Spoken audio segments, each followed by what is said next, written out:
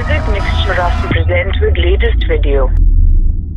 আপোনালোক সকলোকে স্বাগতম জনাইছো মিউজিক মিক্সাৰ আসামলৈ এটা নতুন ভিডিঅ'ৰ সৈতে বন্ধুসকল আমাৰ এই অনুষ্ঠানত ইতিমধ্যে প্ৰচাৰ কৰি থকা হৈছে উপন্যাসৰ ৰজনীকান্ত বৰদলৈ ৰচিত মিৰিজিৰি উপন্যাসখনৰ ধাৰাবাহিক পাঠ বন্ধুসকল আজি পাঠ কৰিবলৈ লোৱা হৈছে উপন্যাসখনিৰ 10ম খণ্ড বন্ধুসকল আগৰ খণ্ডত আমি শুনিছিলো যে জংকিয়ে পানীক পলুৱাই লৈ যোৱাৰ পাছত হাবি দুয়ো এমাহমান বাস কৰিছিল তাৰ পাছত সিহঁত দুয়ো মুকলি মুৰীকৈ বাস কৰিবলৈ যোজা চলাইছিল আৰু এনেতে কুমুদ আৰু পানীৰ দেউতাকে আৰু লগত এজাক মিৰি লৈ গৈ পানীক জংকিৰ ওচৰৰ পৰা লৈ আহিছিল আৰু সিহঁতে জংকিৰ ওপৰত গোচৰ দিয়াৰ কথা ঘোষণা কৰিছিল বন্ধুসকল তাৰ পাছতনো কি হ'ল জানিবলৈ শুনোৱা হওক মিৰিজিৰি উপন্যাসৰ 10ম অধ্যায় পাঠ কৰিছে বিতুপন ফুকনে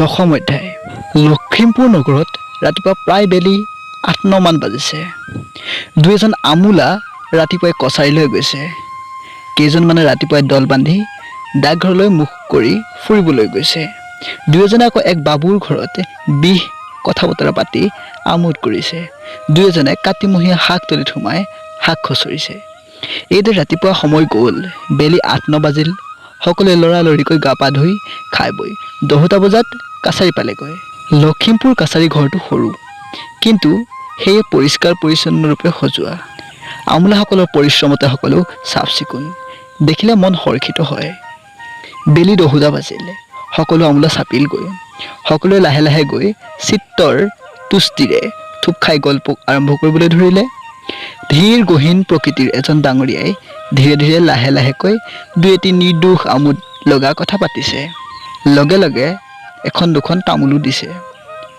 ডাঙৰীয়া নিতান্ত সৰল প্ৰকৃতিৰ সুজাবিধৰ মানুহ বৰ দয়ালু আৰু ধৰ্মভীৰু বয়সীয়াল হ'লেও তাৰ কথাত সদায় ৰস সদায় অমীয়া বচন মাজে মাজে দুই একোটি খুচৰি গল্প পাতিবলৈকো জানে তাৰ পাছতে আৰু এজন ডাঙৰীয়াই এবাৰ গৈ কামত বহিছে এবাৰ উঠি আহি মাজতে কথা এটা উলিয়াই হাঁহিছে আৰু মাজে মাজে দুই এক আখাৰ হাঁহি উঠা কথা পাতিছে তাৰ পাছতে এজন বিদ্বান বয়সীয়াল উকিল ডাঙৰীয়াই এটি দুটি কথা বতৰা পাতিছে মাজে মাজে দুই এখনেই তামোল দিছে বুঢ়া আমোলা এজনাই কপালত চিকুণ ফুট মাৰি গলত এধাৰ মালাৰে সৈতে চকীত বহি বহি মূৰ পুতি কাম কৰিছে মাজে মাজে উকিল ডাঙৰীয়াসকলৰ কথাও শুনিছে মেল প্ৰায় পুৰঠ হ'বলৈ ধৰিছে এনেতে সিফালৰ পৰা এজন আমাৰ মুছলমান আমোলা ওলালে তেওঁ আহি পোৱা মাত্ৰেই ভৰকীয়াল গাৰ এই মেলৰ মূল কৰ্তাগৰাকী আৰু তেওঁ পালি স্বৰূপ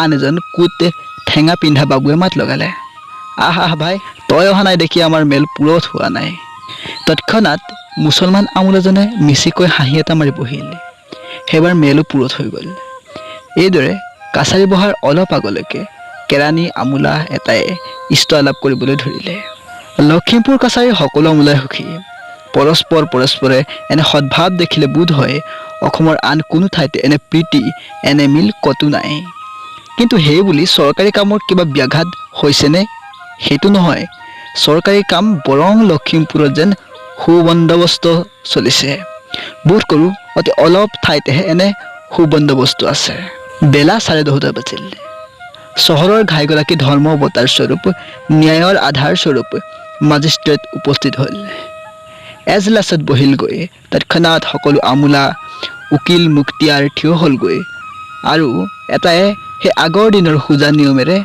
চেলাম কৰিলে সহৃদয় মেজিষ্ট্ৰেটজনায়ো হাঁহি হাঁহি এটাৰে চেলাম গ্ৰহণ কৰিলে পাঠক এনে এজন হাকিম পোৱা বৰ টান প্ৰকৃততে হাকিমৰ মৰমত সকলোৱে সন্তুষ্ট তেওঁৰ হাতত বিচাৰৰ বিভ্ৰাট নাই তেওঁ কতো দহা পৰা নকৰে দুষ্টৰ জম শান্তৰ বন্ধু আৰু দুখীয়া প্ৰজাবৰ্গৰ মৰম বুজা জিলাৰ সকলো কামতে নিজে চকু ৰখা সকলো কাম নিজৰ হাতে কৰা এনে এজন হাকিম নাই এওঁৰ ভয়ত সকলোৱে প্ৰকৃততে কঁপিও থাকে কিন্তু সেই বুলি যে দুখীয়া আমোলাবৰ্গক জৰিমনা কৰাত চোকা এনে নহয় সকলোৰে মৰম বুজে গুণীৰ গুণ স্বীকাৰ কৰে যি পৰিশ্ৰম কৰে তাৰ কাম নিজে চকুৰে চাই তাক নিজৰ ল'ৰা ছোৱালী যেন বিবেচনা কৰে, মৰমো কৰে।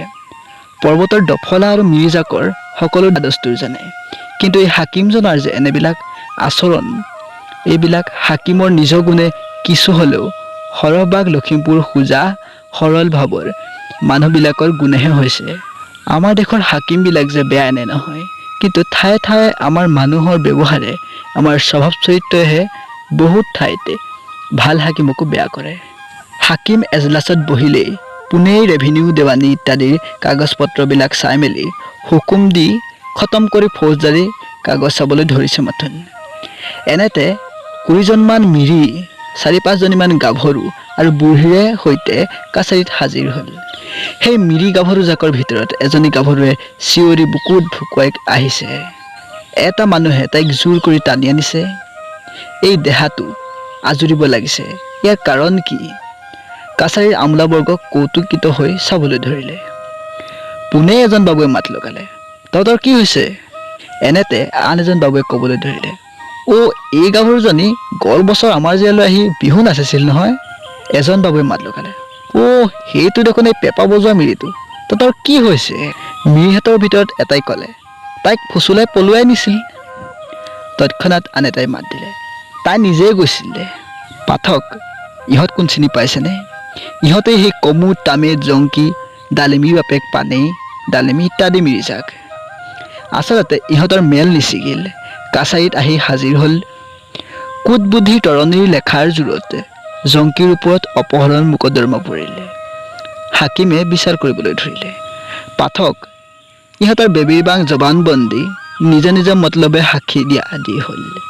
কোনেও নিজৰ কোপ নেৰে। আমি আগেয়ে কৈছোঁ, মিৰি জাতিটো একো বিয়া। পেটত এটা কথা ৰাখি মুখেৰে 14 ব্ৰহ্মাণ্ড ঘূৰিব, কিন্তু হঠাতে সঁচা ক'বলৈ আগ নাবাঢ়িব। সকলোৱে নিজৰ মূল উদ্দেশ্য ৰাখিহে কথা ক'ব। সেই দেখি কমু তামেদৰ তৰফৰ পৰা চুৰি, অপহৰণ, ফুচুলিওৱা, পলোৱা ইত্যাদি কথা বৰ্ষণ হ'বলৈ ধৰিলে, আৰু জংকীৰ তৰফৰ পৰা তাই নিজে গৈছে ইত্যাদি প্ৰমাণ হ'বলৈ ধৰিলে। হাকিম বেবেৰীবাং মেলত পৰিল। সঁচা কোনটো, মিছা কোনটো ঠিক কৰিব নোৱাৰাত পৰিলে। অৱশেষতে ছোৱালীজনীৰ জবানবন্দী মতে হাকিমে প্ৰায় একৰকম জংকীৰ ওপৰতেই হুকুম দিলে। হুকুম হ'ল, মোকৰ্দমা ফৌজদাৰীত চলিব নোৱাৰে। অপহৰণৰ প্ৰমাণ নাই, দেৱানীও হ'ব পাৰে, আৰু যি পৰ্যন্ত দেৱানী নিষ্পত্তি নহয় সেই পৰ্যন্ত পানেই বাপেকৰ লগত থাকিব। জংকী কি, কমুদ কি, মাক বাপেক কোনেও তাইক বিৰক্ত নকৰিব। পানেইৰ মাক বাপেকে, হুজুৰ আমি মেল কৰি নিষ্পত্তি কৰিম বুলি হাকিমৰ আগত ভালৰি বোলাই গ'লে। বুঢ়া তামেদে পানেইক হাতত ধৰি টানি নিলে।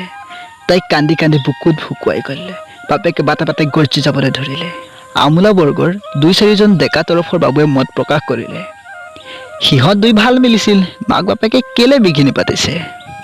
বুঢ়া কেইজনমানে ক'লে, মিৰিয়ে নিজৰ দস্তুৰ মতেহে কাম কৰিব, মাক বাপেকে য'তে দিয়ে তাই তালৈহে যাব লাগিছিল।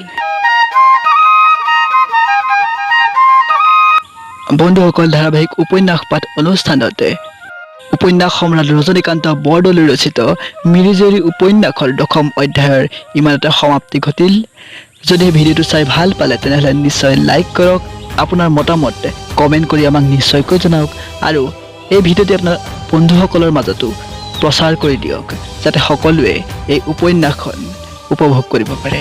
ভিডিঅ'টো শেষলৈকে চোৱাৰ বাবে অশেষ ধন্যবাদ। আকৌ লগ পাম পৰৱৰ্তী খণ্ডত।